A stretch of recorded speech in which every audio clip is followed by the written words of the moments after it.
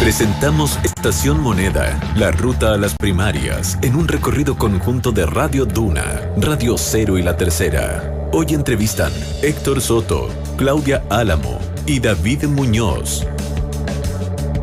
Sebastián Piñera, 67 años, casado, 4 hijos, empresario, expresidente de Chile entre el año 2010 y 2014, precandidato a las primarias de Chile Vamos, apoyado por la UDI, RN y el PRI.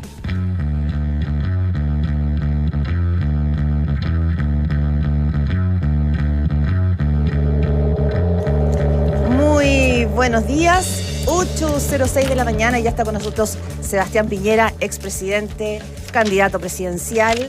Y este es el cuarto invitado de este ciclo, Estación Moneda, que hemos hecho en coordinación y en compañía del diario La Tercera. Acá está su editor político, David Muñoz, y nuestro queridísimo Héctor Soto, hombre ancla de Radio Duna. Muy buenos días. Muy buenos días. Buenos días. Sebastián Piñera, muy buen día. Muchas gracias por estar acá.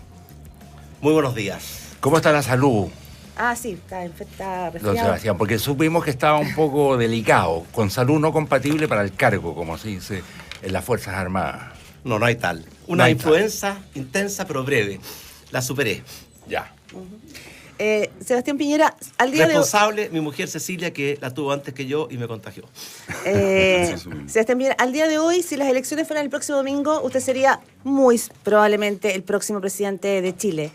Sin embargo, uno ve, mirando las mismas encuestas, que a pesar de que lleva la delantera, algo pasa que usted no logra salir del 25, 26, por ahí, % de aprobación. ¿Qué evaluación tiene de su campaña? ¿Qué cree que está pasando que está un poquito como estancado ahí, medio pegado? Bueno, en primer lugar, esta no es una carrera corrida. Las elecciones se ganan cuando se cuenta el último voto y eso nosotros lo tenemos muy claro. Segundo, hay un gran porcentaje que no responde a las encuestas. Y por tanto, si usted lo lleva a base 100, ese 26% que está creciendo, creció mucho en la última encuesta CEP, representa más del 40% sobre base 100.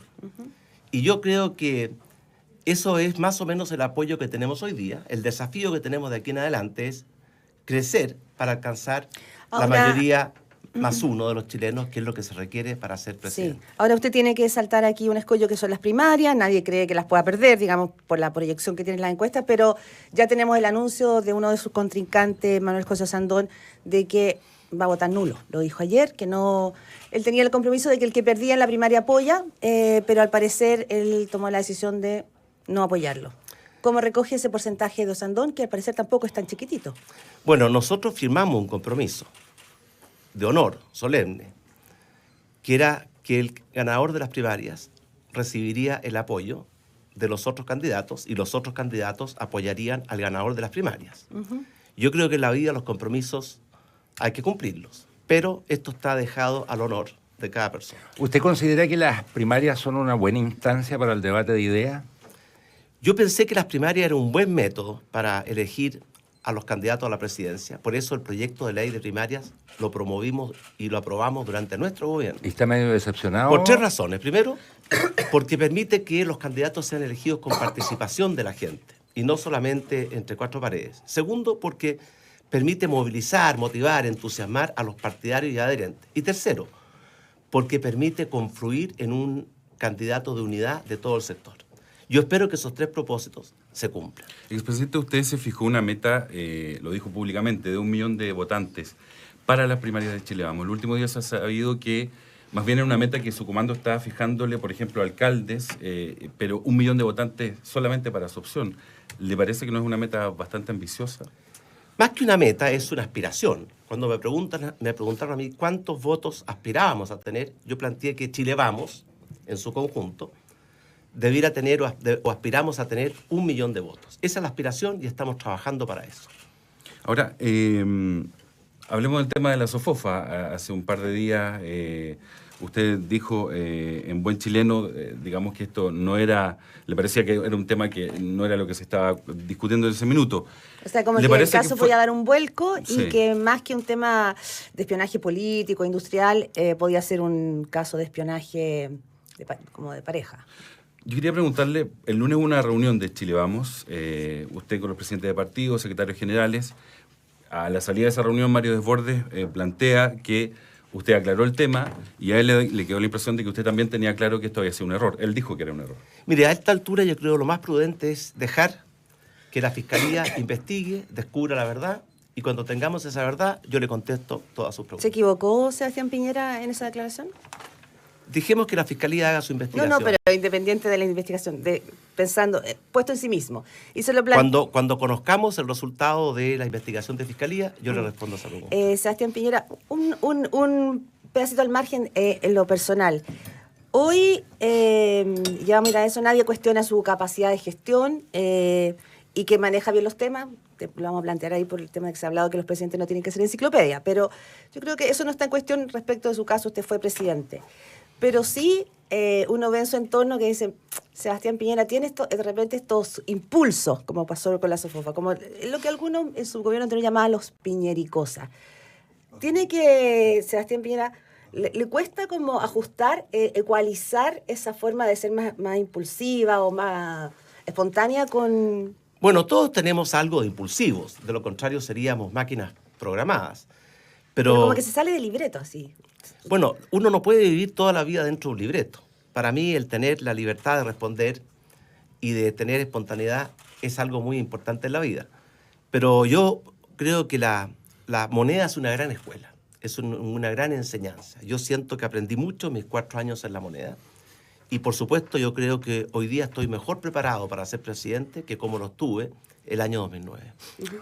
¿Usted reconocería, don Sebastián, que en los primeros meses en la moneda fue difícil adaptarse, no sé, a la majestad del cargo de presidente de la República? Porque en la institucionalidad chilena, obviamente que en ese cargo hay majestad y estatura, y hay mucho protagonismo. Y me imagino que no debe ser fácil asumirlo. A veces debe quedar grande, a veces debe ser muy pesado, supongo. Bueno, yo soy una persona sencilla. Me gustan las relaciones horizontales, me gusta conversar con la gente en forma muy directa. Pero más difícil que adaptarse a la majestuosidad del cargo fue enfrentar el terremoto del 27F. Le cuento solamente 3 anécdotas. El primer día en la moneda, 11 de marzo del año 2010, el ministro de Educación me planteó que 1.250.000 niños iban a perder el año escolar porque sus escuelas estaban destruidas o inutilizables. A los pocos minutos, el ministro de Agricultura me planteó que estaba en riesgo la temporada agrícola de la zona sur porque las obras de regadío estaban destruidas. Y poco después, el ministro de Salud me planteó que podíamos tener una crisis sanitaria en la región del Maule, porque todos los hospitales del Maule, Talca, Curicó, Parral, Cauquenes, Constitución, etcétera, estaban destruidos. Ya, pero ese es un escenario de terror, pues, presidente. Eso no tiene nada que ver con la majestad del cargo. No, pero eso tiene que ver con la dificultad de adaptarse, que cuando uno es presidente, a la larga, uno termina siendo el último responsable de los grandes problemas del país. Y por eso enfrentar esa tremenda crisis y simultáneamente con el propósito y el objetivo y el compromiso de que Chile no entrara en recesión, sino que creciera el año 2010 y que reconstruyéramos el país en 4 años, fue algo que durante el primer año copó gran parte de nuestro esfuerzo y de nuestra capacidad de trabajo. ¿Cómo va a ser su relación con los partidos desde ese punto de vista? Fue un tema durante su gobierno la relación con la UDI y RN, digamos. Nunca es fácil la relación entre un presidente y los partidos de su propia coalición, tampoco con los partidos de la oposición, porque tenemos objetivos distintos. Los partidos muchas veces velan por sus legítimos intereses, por la posición que cada partido ocupa, por la cantidad de militantes que ocupan cargos de importancia. El presidente de la República tiene que velar por todos los chilenos. Y por tanto, a veces los intereses no coinciden y se requiere mucha generosidad y a veces también mucha grandeza para que esa relación sea fluida. En todo caso, yo estoy seguro que esa relación va a ser mucho mejor ahora que la primera vez, porque tanto ellos como yo mismo hemos aprendido la responsabilidad que significa gobernar Chile. Hay un punto, Sebastián Piñera, en esa relación que uno ve evidentemente más afiatada entre usted y la UDI, Renovación Nacional, que tiene que ver con... Estoy saltando un poco, quiero volver a otros temas, pero a la agenda valórica. Muchos consideran que usted ha tenido algunos algunas redirecciones, algunos giros en temas valóricos que antes apelaba más al centro de la sociedad y que ahora su candidatura se ha derechizado un poco y que ha cambiado o matizado, por ejemplo, la adopción en caso de las parejas homosexuales, y esto tendría que ver como un cobro, digamos, de apoyo unánime en el caso de la UDI. ¿Cómo maneja el tironeo de los partidos que van a querer evidentemente influir en su programa de gobierno o en su agenda? Bueno, sin duda que ¿Cuánto permite que le corran el cerco? Sin duda que hay tironeo, pero yo no he cambiado ninguna posición. De hecho, yo siempre, durante toda mi vida, no solamente he creído, sino que he intentado y creo que he sido muy consecuente con ciertos valores, como el valor de la democracia, el respeto a los derechos humanos, la libertad, la justicia, el progreso, el desarrollo sustentable. Esos son los valores que me han inspirado y guiado en mi acción política toda mi vida. Ninguno de esos ha cambiado. Pero usted usted dijo en Megavisión hace poco, no vamos a discriminar, hablando del tema de la adopción, no vamos a discriminar a nadie, ni por sexo, ni por condición social, y eso después fue precisado por su hombre clave en la campaña, Andrés Chao, diciendo que no se malentienda, salió la presidenta de la UDI, Jacqueline Farnes Elbergue, también precisando. Uno entendió que ahí había un roce, digámoslo en suave. Mire, no se deje llevar por los titulares o por las caricaturas. Lo que yo he sostenido en materia de adopción es lo que he sostenido siempre. Nosotros nos comprometimos a modificar la ley de adopción en dos sentidos, ambos con un solo norte: proteger mejor los intereses superiores del niño. Primero, agilizar los procesos, porque hoy día un proceso de adopción puede tomar años. Y durante esos años, el niño puede estar en un hogar de menores maltratado o incluso con riesgo de vida, como ha ocurrido en los hogares del Sename. Y segundo, estableciendo siempre un orden de prelación pensando solo en el mejor interés del niño. Yo no discrimino a nadie, y lo insisto, y lo repito. Tengo respeto por todos, hay muchos tipos de familia, todas son dignas, todas merecen respeto, todas merecen apoyo. Pero yo también pienso, y así lo piensan muchos y gran parte de la literatura, que en condiciones equivalentes de todo lo demás, es mejor para el niño que exista en el hogar que lo acoge la figura del padre y la figura de la madre. Por eso yo creo que debe haber un orden de prelación en que las parejas estables, constituidas por un padre y una madre, tengan prioridad. Pero a veces esas parejas no están, entonces también otros sectores tienen la posibilidad de adoptar, porque el derecho de adoptar no lo tienen las parejas. Es el niño el que tiene el derecho a ser adoptado y es el Estado el que tiene que velar porque esa adopción proteja los intereses superiores del niño. Por lo tanto, para entenderlo bien, la prioridad está clara, que es que sea una familia con un padre y una madre, porque es bueno para el niño. Pero si esa condición no se da, y sabemos que Chile ha cambiado muchísimo en sus relaciones familiares, usted dice, abrámonos a la posibilidad de ver si un niño podría ser adoptado por una persona homosexual. Bueno, hay muchas otras. Para poder entender cómo... Por eso, hay muchas otras opciones. ¿Ya? Hay familias constituidas por una madre y niños, o un padre y niños, abuelos y niños. Sí. Y por lo tanto, lo que nosotros vamos a plantear en el proyecto de ley es que, fijando un orden de prelación, será el juez de familia el que, conociendo las características particulares de cada niño y de las distintas opciones de adoptar, elija aquella que mejor pero usted defiende los usted en intereses principio del no niño. tiene ningún veto, digamos, sobre la adopción de niños por parte de parejas homosexuales. No, lo que yo tengo es una fuerte compromiso con que en la adopción se tome como principal razón y motivación el proteger al los niño. intereses superiores del niño. Perfecto. Expresidente, un aspecto muy importante de su historia personal y política y que ha estado en discusión en los últimos meses es el tema de su patrimonio. Quería preguntarle cuándo se va a resolver su fideicomiso y que usted ha planteado que va a ir más allá de la ley y que además va a incluir a su familia, al patrimonio familiar, digamos. Esto está establecido en la ley. Hay plazos establecidos en la ley y cuando yo anuncié y di a conocer mi declaración de intereses y patrimonio y anuncié acciones adicionales, establecí claramente que iba a cumplir esas acciones antes de los plazos que establece la ley. Estamos hablando antes de las elecciones, porque... Los plazos que establece la ley. Pero usted dice antes. Antes de los plazos que establece la ley. Ahora, porque ha salido información en los últimos días o semanas de que ha tenido entrevistas con bancos de inversión, quienes administran, digamos, hoy día su patrimonio. No, creo que no ha leído bien. Yo no he tenido ninguna entrevista. No, usted no, quienes administran su patrimonio. Yo no he tenido ninguna entrevista con ningún banco de inversión. Ahora, como es natural, como la ley exige fideicomiso al candidato o al presidente, como yo voluntariamente he dicho que mi mujer también, y ella también lo hace voluntariamente, se va a adherir, como ya se adhirió a la declaración de intereses y patrimonio sin que la ley lo exigiera, también se va a adherir a los fideicomisos por las acciones, tanto en Chile como en el extranjero. Y como mis hijos han planteado que ellos también voluntariamente se van a adherir a un fideicomiso por los activos de acciones de sociedades anónimas chilenas, es natural que los bancos de inversión se acercan a hacer sus propuestas. Y me imagino que la gente que administra las empresas estará evaluando, porque si no, no estarían haciendo su trabajo. Dentro de esas evaluaciones, ¿está considerado o contemplado vender, por ejemplo, las inversiones en la pesquera Exalmar? Eso ya no depende de mí. Usted sabe que nosotros hicimos una separación. Tanto mi mujer como yo nos retiramos de la propiedad y nunca estuvimos en la gestión de algunas sociedades en que éramos minoritarios y que los mayoritarios eran mis hijos. Y en consecuencia nosotros no tenemos participación ni en la gestión ni en la propiedad de la línea que hizo la inversión en Exalmar. Y por tanto esa es una decisión que tomarán los administradores de esas sociedades. Pero además, tal como yo se lo dije,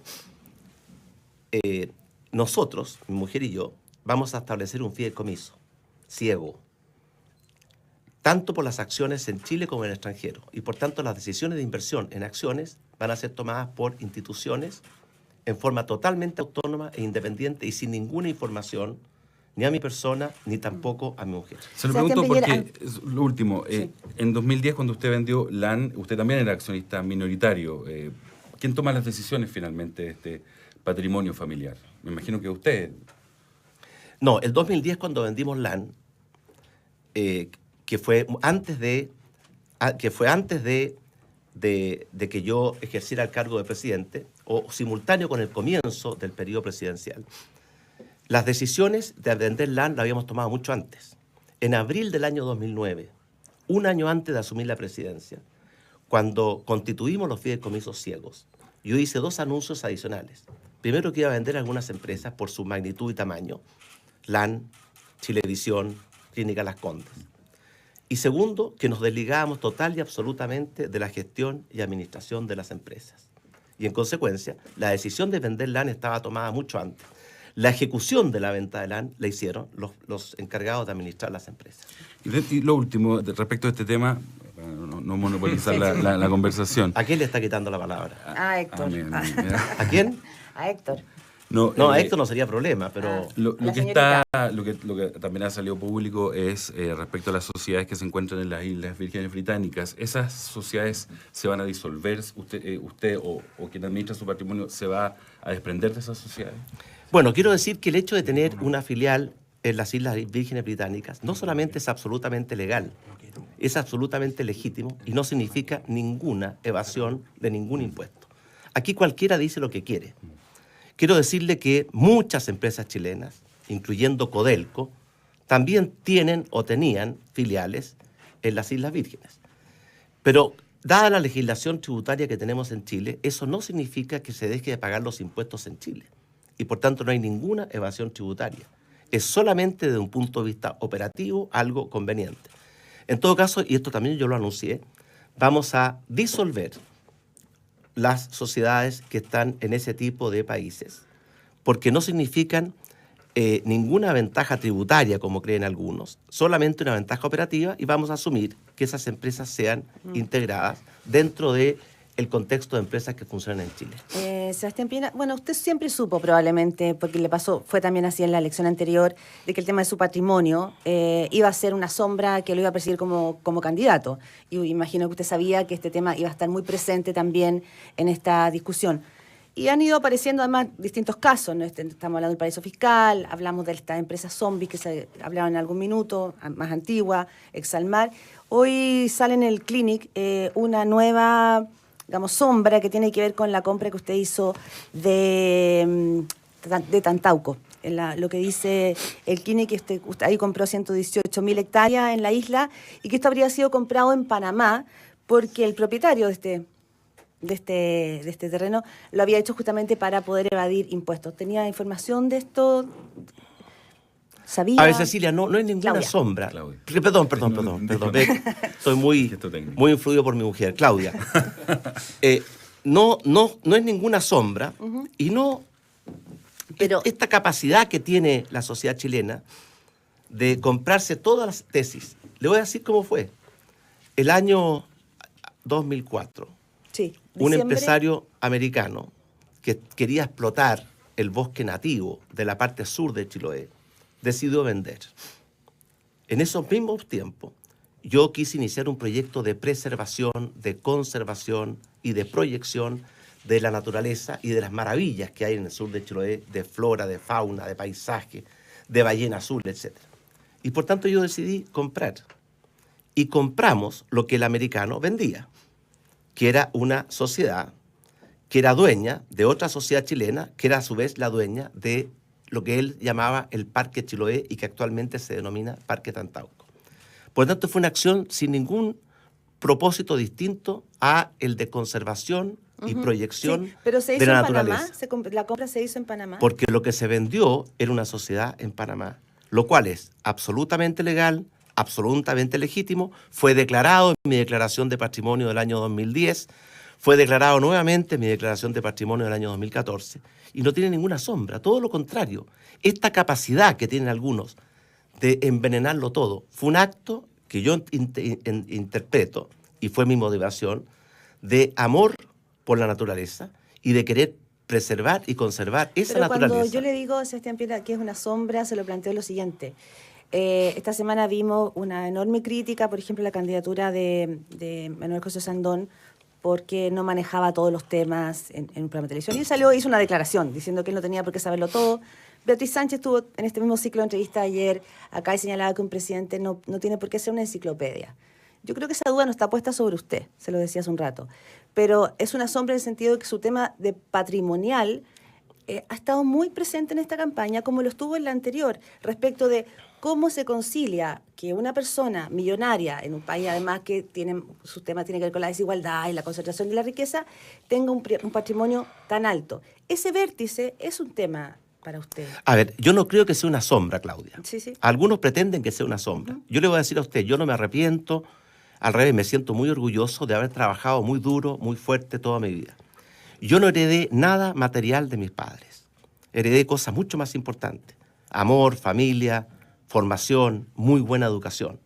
Y por tanto, el hecho de haber trabajado muy duro, haberme esforzado por ser un buen alumno, haber sido doctor en economía de una de las mejores universidades del mundo, como es la Universidad de Harvard, haber sido profesor de muchas universidades, haber iniciado una etapa de emprendimiento en que partí de cero y haber logrado crear muchas empresas, algunas de ellas muy exitosas, que crearon decenas de miles de empleos y que crearon mucha riqueza, y que me haya dedicado lo mejor de los últimos 30 años de mi vida, desde el año 88, el plebiscito del sí y el no, después como senador, como candidato a la presidencia, como presidente, al servicio público, lejos de avergonzarme, a mí me llena de orgullo.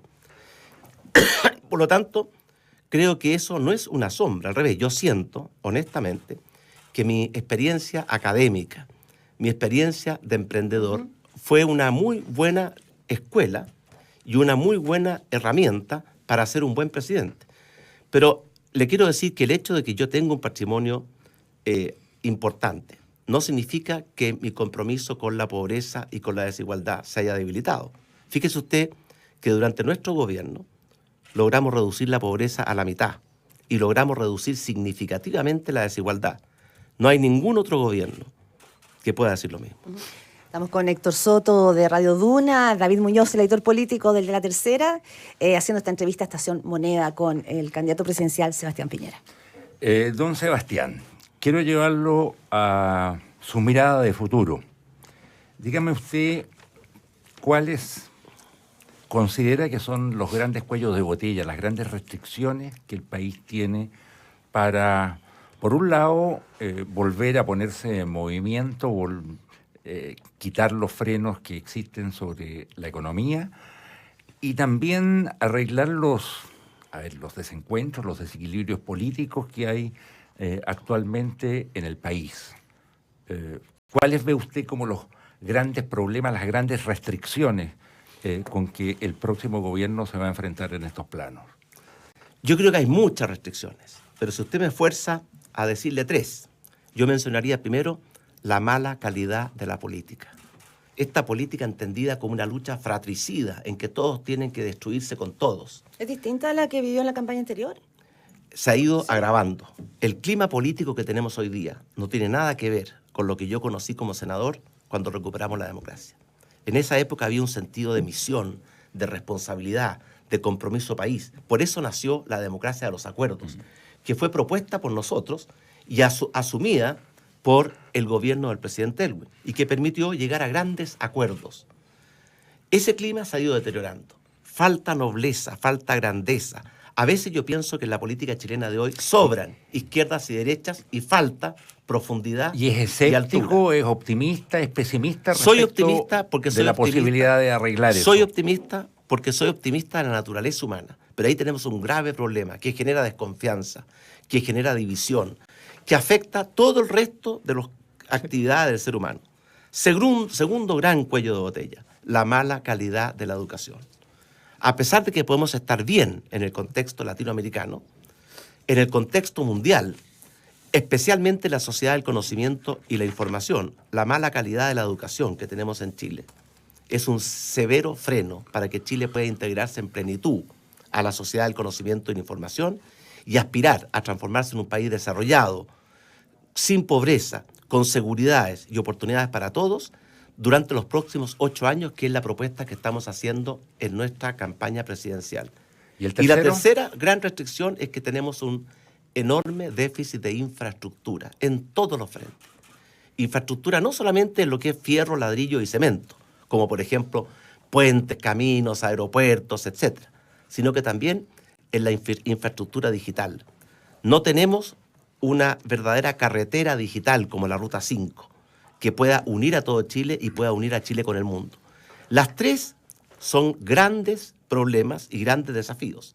Ninguno de los 3 se va a resolver solo, pero los 3 problemas tienen solución. Ya, no me señaló entre esas grandes restricciones la situación actual de la economía. Me llama la atención.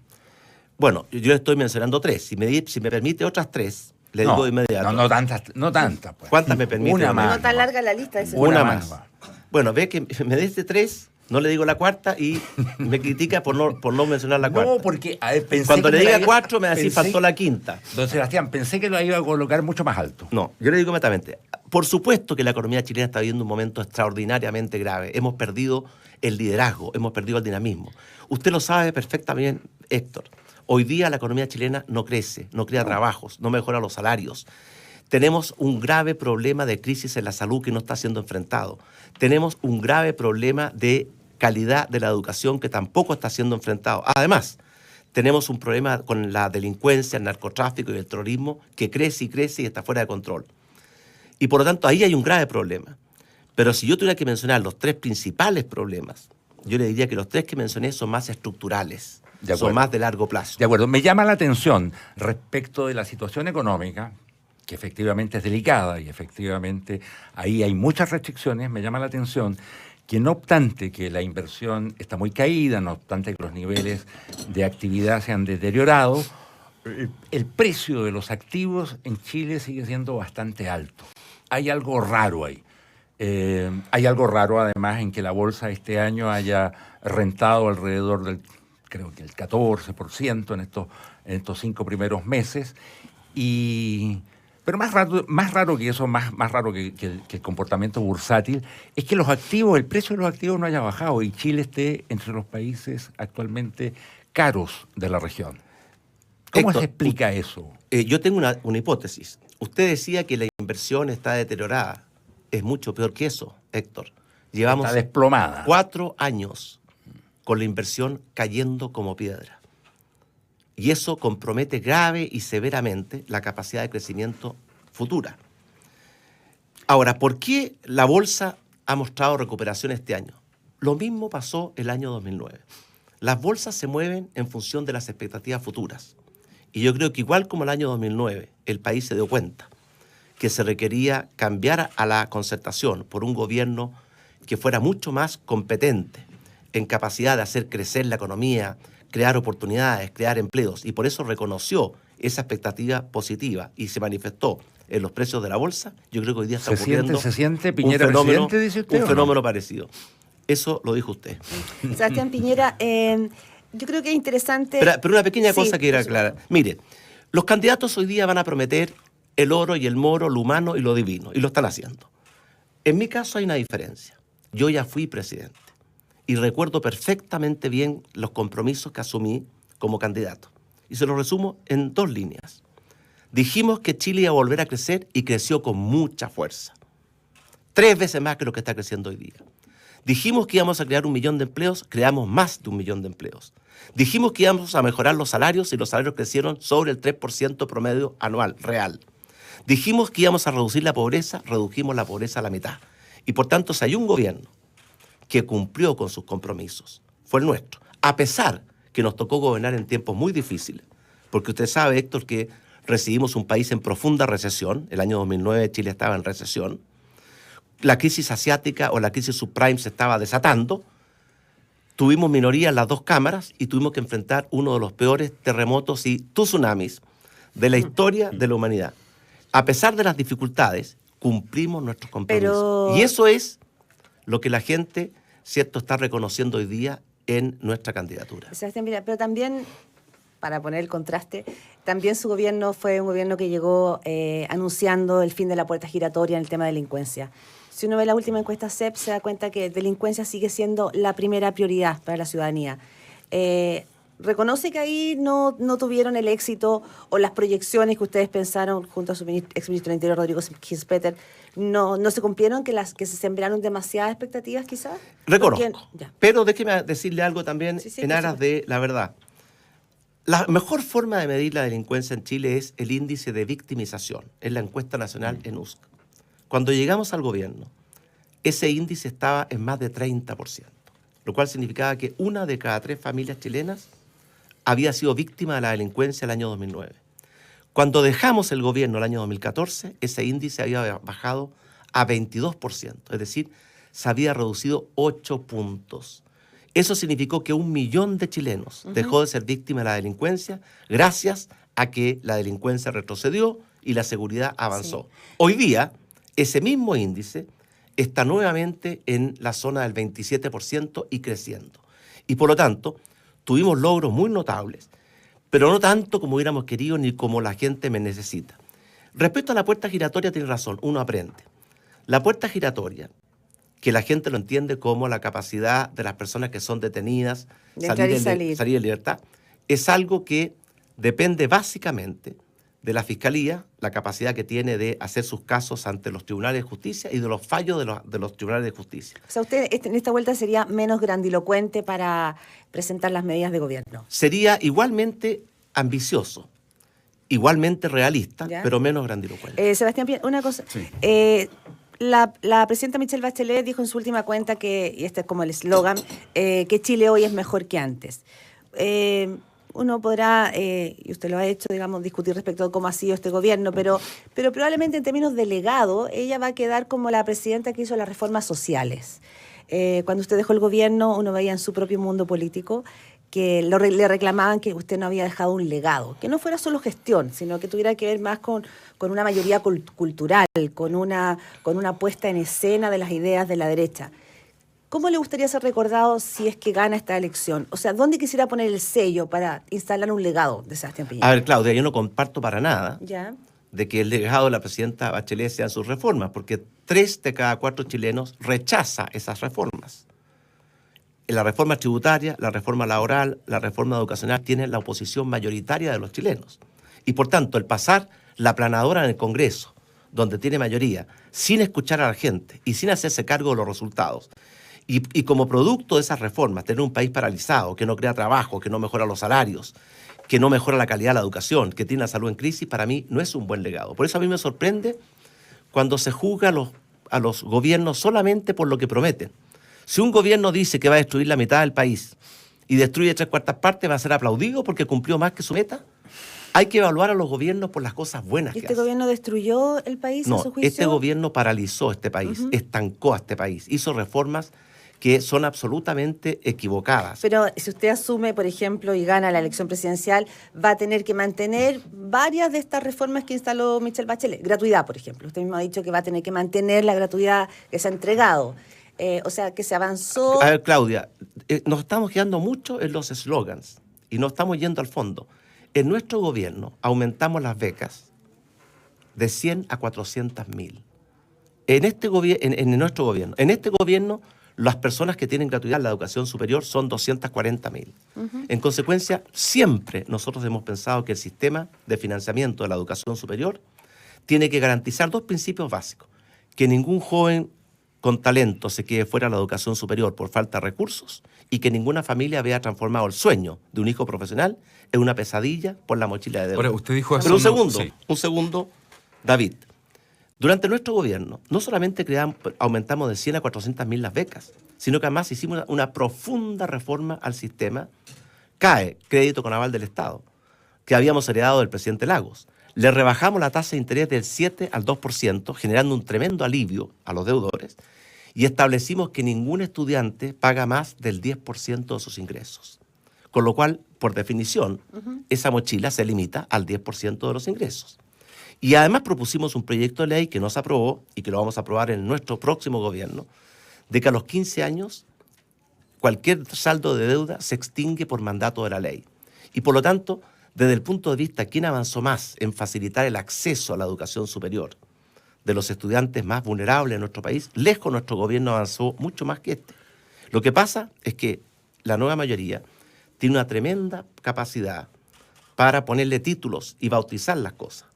Y tiene una muy baja capacidad de cumplir sus compromisos. Ahora, usted Estamos dijo, con Sebastián Piñera. Sí, usted dijo hace unos días que iba a mantener la gratuidad al 50% de los jóvenes más vulnerables. La presidenta en su discurso anunció que iba a asegurarle al 60% de jóvenes más vulnerables.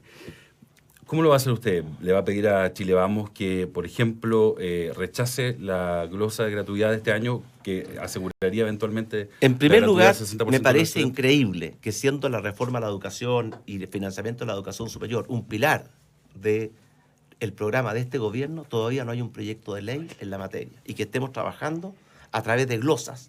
Glosas son notas a la ley de presupuesto, que tiene vigencia por solo un año. Usted sabe que la ley de presupuesto dura un año. Entonces se está legislando en forma muy poco apropiada. Yo le puedo decir lo que nosotros vamos a hacer. Vamos a crear un nuevo sistema de financiamiento de la educación superior. Todos los niños y jóvenes que tienen acceso o derecho a acceder a la gratuidad la van a mantener porque nosotros venimos a poner patines y no a quitar patines. Y para el resto vamos a establecer un sistema en que no van a participar los bancos, que va a ser administrado por una agencia estatal y que va a combinar becas y préstamos, por una razón muy simple. Porque le quiero decir a usted, la gratuidad universal cuesta más de entre 4.000 y 5.000 millones de dólares. El país no tiene esos recursos. No los tiene hoy, ni los va a tener mañana. Y por tanto, el que promete gratuidad universal, sabiendo que le quedan 8 meses de gobierno y que no va a tener que asumir ese compromiso, está engañando al país. Además, si yo le dijera a usted lo que muchos quisieran que yo dijera, que sí, vamos a ir a la gratuidad universal. ¿Sabe lo que eso significa, David? Eso significa comprometer todos los recursos, presentes y futuros, a una sola causa. La causa del financiamiento de la educación superior de los jóvenes. Significa olvidarse de muchos otros sectores de chilenos, que también tienen necesidades, que también merecen ayuda del Estado. Por ejemplo, significa olvidarse de los 2 millones de chilenos y chilenas que siguen hoy día viviendo en la pobreza, a pesar que la redujimos a la mitad. Significa olvidarse de los niños que hoy día no tienen acceso a educación temprana de calidad y por tanto nunca van a tener oportunidad de llegar a la universidad. Significa olvidarse de los enfermos que necesitan una atención más digna, más oportuna y más eficaz. Significa olvidarse de las víctimas de la delincuencia que claman por mayor seguridad ciudadana. Y por tanto, cuando uno compromete todos los recursos, debería decir al país a quiénes le está dando la espalda, a quiénes les está pegando un portazo en la cara. Yo le aseguro a usted que yo no le voy a dar la espalda, si soy presidente de Chile, a los niños de Chile, a la tercera edad que también necesita mejores pensiones, a los enfermos, a las víctimas de la delincuencia, ni mucho menos a los pobres de nuestro país. Pero hay un proyecto de reforma a la educación superior que se está discutiendo en el Congreso, y en la misma línea le pregunto, ¿le va a pedir a los parlamentarios de Chile Vamos que no aprueben, por ejemplo, ese proyecto no va a estar para votación porque ha cambiado N veces, porque es un proyecto tremendamente improvisado, que lo cambian todos los días y que ha generado un milagro. Todo el mundo está en desacuerdo con ese proyecto. Si en alguna parte generó unidad, la nueva mayoría fue precisamente con ese proyecto. No está de acuerdo ni los estudiantes, ni las universidades, ni la oposición, ni el propio gobierno. ¿Cree que está muy difícil gobernar Chile? Extraordinariamente difícil. Mire, a nosotros nos tocó ya gobernar en tiempos difíciles, como se lo mencioné hace un momento atrás. Por muchas razones que no se las voy a repetir, porque además no me lo permitiría. Pero esta vez también va a ser muy difícil, en primer lugar, por los 3 déficits estructurales que yo le mencioné anteriormente. Sí. La crisis de la política, la mala calidad de la política, el déficit tremendo que tenemos en materia de infraestructura y la mala calidad de la educación. Héctor, ya está golpeando nuestras puertas una revolución tecnológica mucho más poderosa que la revolución de Internet, de Google, de email. Pero en ese mismo sentido, don Sebastián, ¿usted no cree que la sociedad chilena, por decirlo así, está menos sobregirada de lo que estuvo hace 5 años? ¿No cree usted que la gente está valorizando más el trabajo? ¿No cree usted que la sociedad está valorizando más el crecimiento económico? Por supuesto que sí, porque esos valores, el crecimiento económico, la buena conducción económica, la inversión, la productividad, la competitividad son como el aire. Cuando respiramos tranquilamente no echamos de menos el aire. Pero déjeme después hacer un experimento de apretarle un poco su cuello y lo va a ansiar y necesitar infinitamente. Hoy día que la economía está estancada, que no crece, que no progresamos, Chile era el país que más crecía durante nuestro gobierno entre todos los países de la OECD. Hoy día estamos en los últimos lugares. Por darle un solo ejemplo. Cuando los países se estancan, la gente echa de menos y se da cuenta que Chile puede mucho más.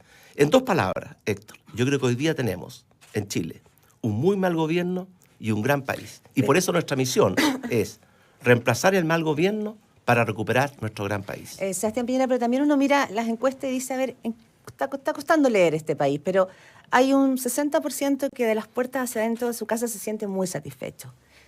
Hay una escena muy dramática de hace 2 días en el metro Estación Tobalaba, en que la gente se tira sobre un guardia del metro porque parece que se comprobó que no fue así, pero que le habría tironeado a un estudiante porque había evadido el pago. Entonces, hay satisfacción personal en la familia, hay una indignación incubándose y también va a tener, si en caso de que gane y a la hora de gobernar, una izquierda nueva, distinta, y que cuestionan fuertemente el modelo. Por lo tanto, el menú, digamos, de la gobernabilidad del país es bastante más complicado, dices Más tú. complicado, sí. No solo para decir sí, tenemos que arreglar las cosas económicas, sino que se abren como abanicos muy diversos y una sensación de la ciudadanía de que el abuso está presente en su vida casi cotidianamente. Es cierto, y esto es una constante, que los chilenos tenemos altos grados de satisfacción con nuestro mundo privado, con nuestras familias, con nuestros amigos, con nuestro entorno.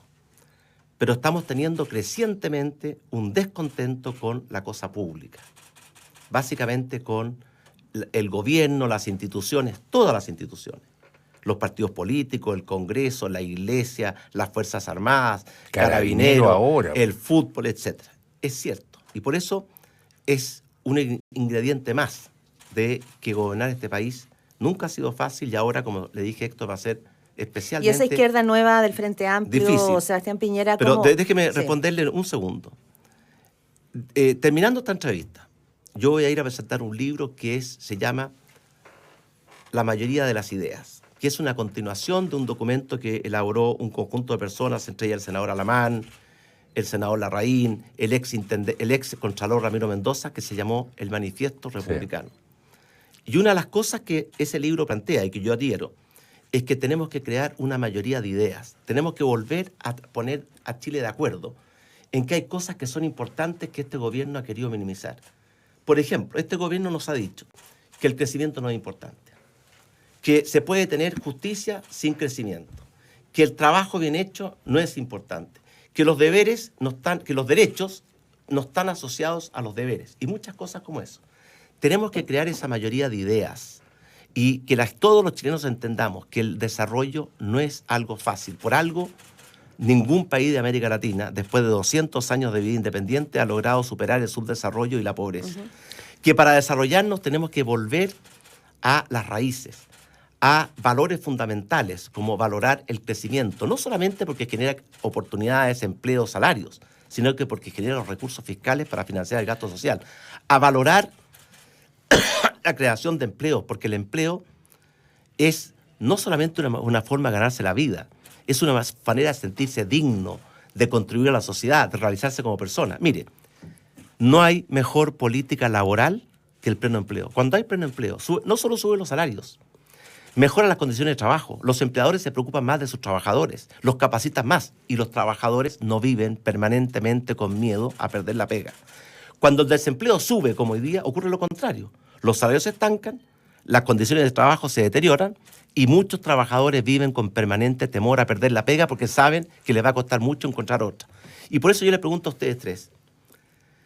Por ejemplo, en política laboral, un tema central de este gobierno. ¿Les parece que una política laboral como la que ha aplicado este gobierno, que ha conducido a estancar los salarios, destruir los buenos empleos, aumentar el desempleo, es una buena política laboral?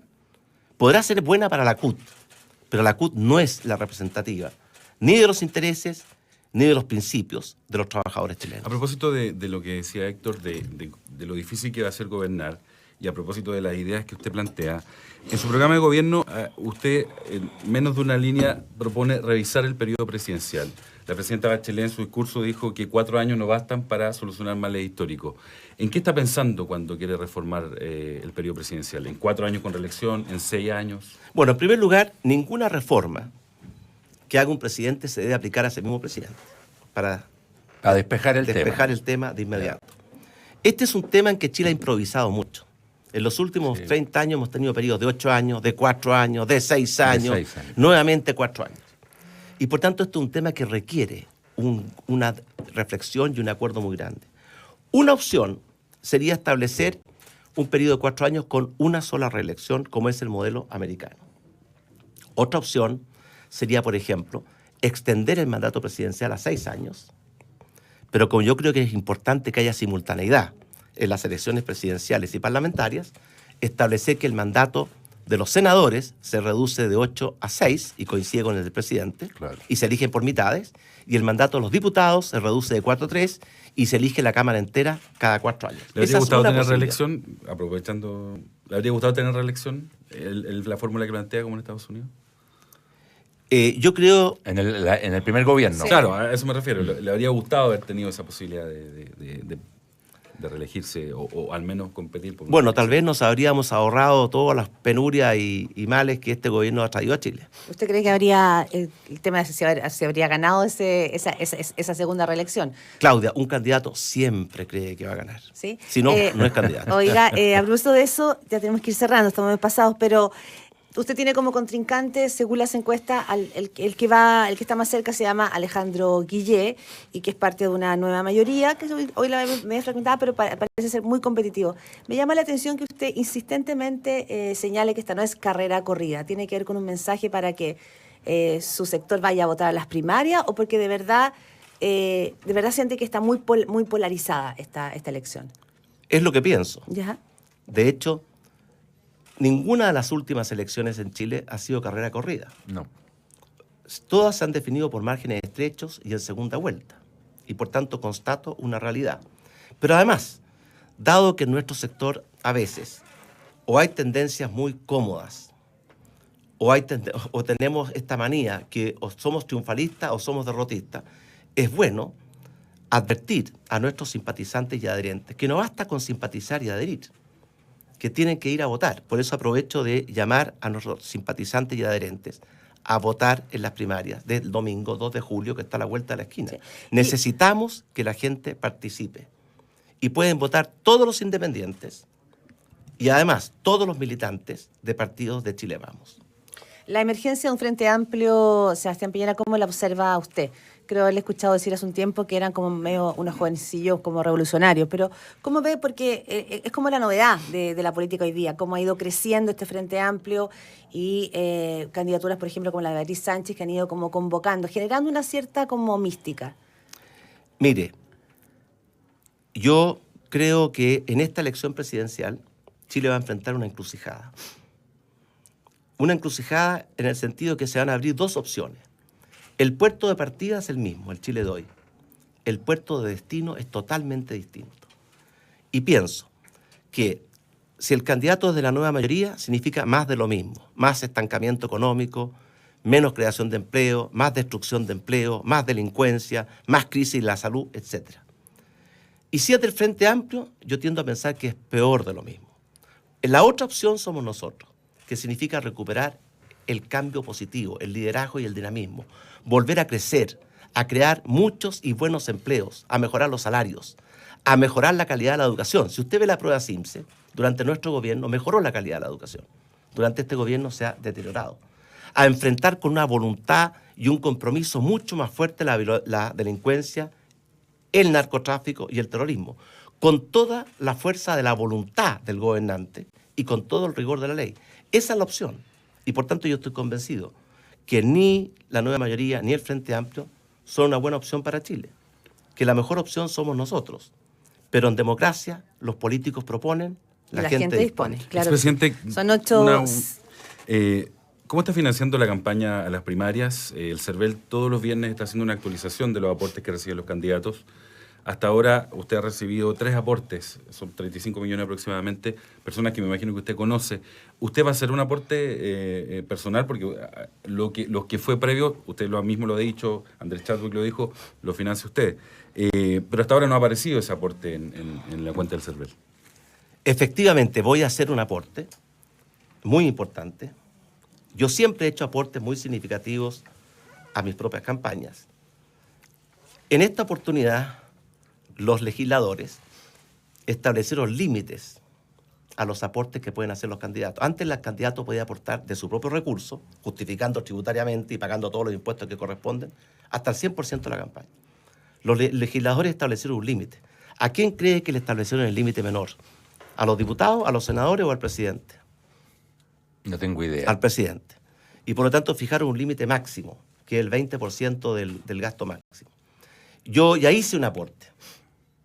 Y probablemente porque hay ciertas demoras, usted no lo ha podido ver. No sé si hoy día, pero va a salir cuando CERVEL, dentro de sus plazos, lo establezca. Son 8:58. Y en todo caso, yo creo que no es malo que un candidato, en la medida que quiera y pueda, financie su campaña dentro de la ley y justificando y pagando los impuestos por ese financiamiento. Porque eso le permite ser total y absolutamente independiente. Yo no sé quién tiene más conflicto de interés. El que se financia su propia campaña y no depende de nadie, o el que no puede hacer campaña si no lo financian los mecenas de siempre. Y sin embargo, todos los ojos están puestas solamente en las personas de alto patrimonio. Y le quiero decir... O sea, en usted. La ley de probidad y conflicto de interés tiene algunos aspectos que son los más blandos, que son para todos. Los más duros tienen nombre y apellido. Y no es casualidad. No es casualidad. Porque usted se siente perseguido en ese sentido. Sí, No, Claudia. Lo he hecho varias veces. Era broma. No. Yo solamente constato un hecho. Pero en todo caso, yo sé que una campaña es dura. Yo sé que la política es dura. Tal vez en esta campaña ha sido más sucia, a veces más canallesca que antes.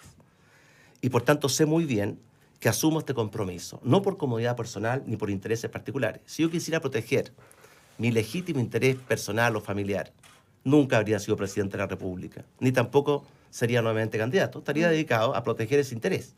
Si estoy en esto, es porque tengo un compromiso con Chile y porque tengo una firme voluntad, y lo hago con alegría y entusiasmo, de aportar lo mejor de mí mismo y de nuestros equipos para que Chile salga del empantanamiento en que Alguna está. cuota de masoquismo también en el tema.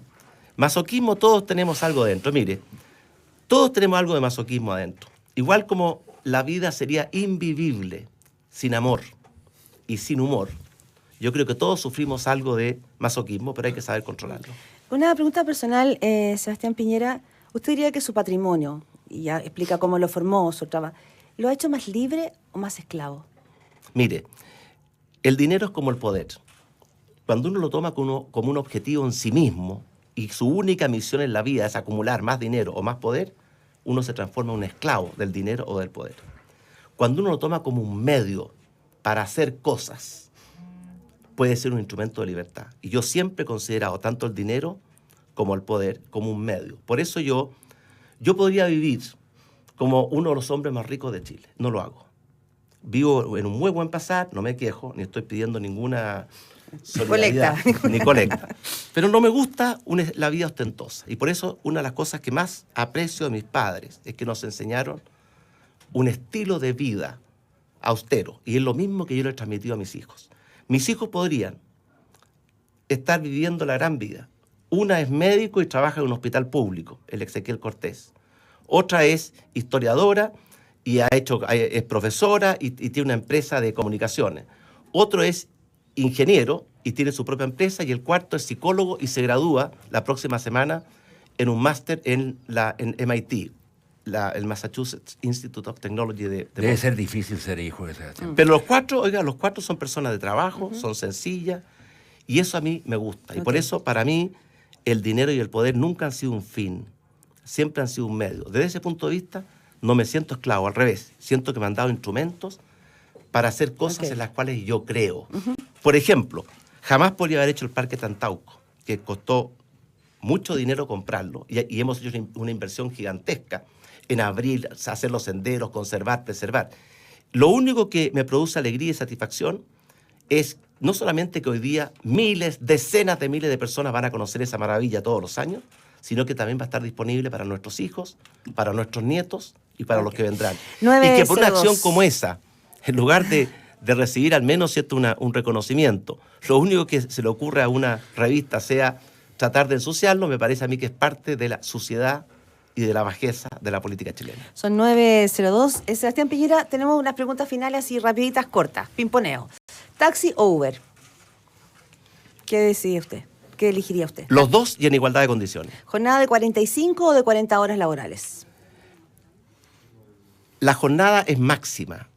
Yo soy partidario de que cada chileno pueda negociar su jornada de trabajo libremente con su empleador.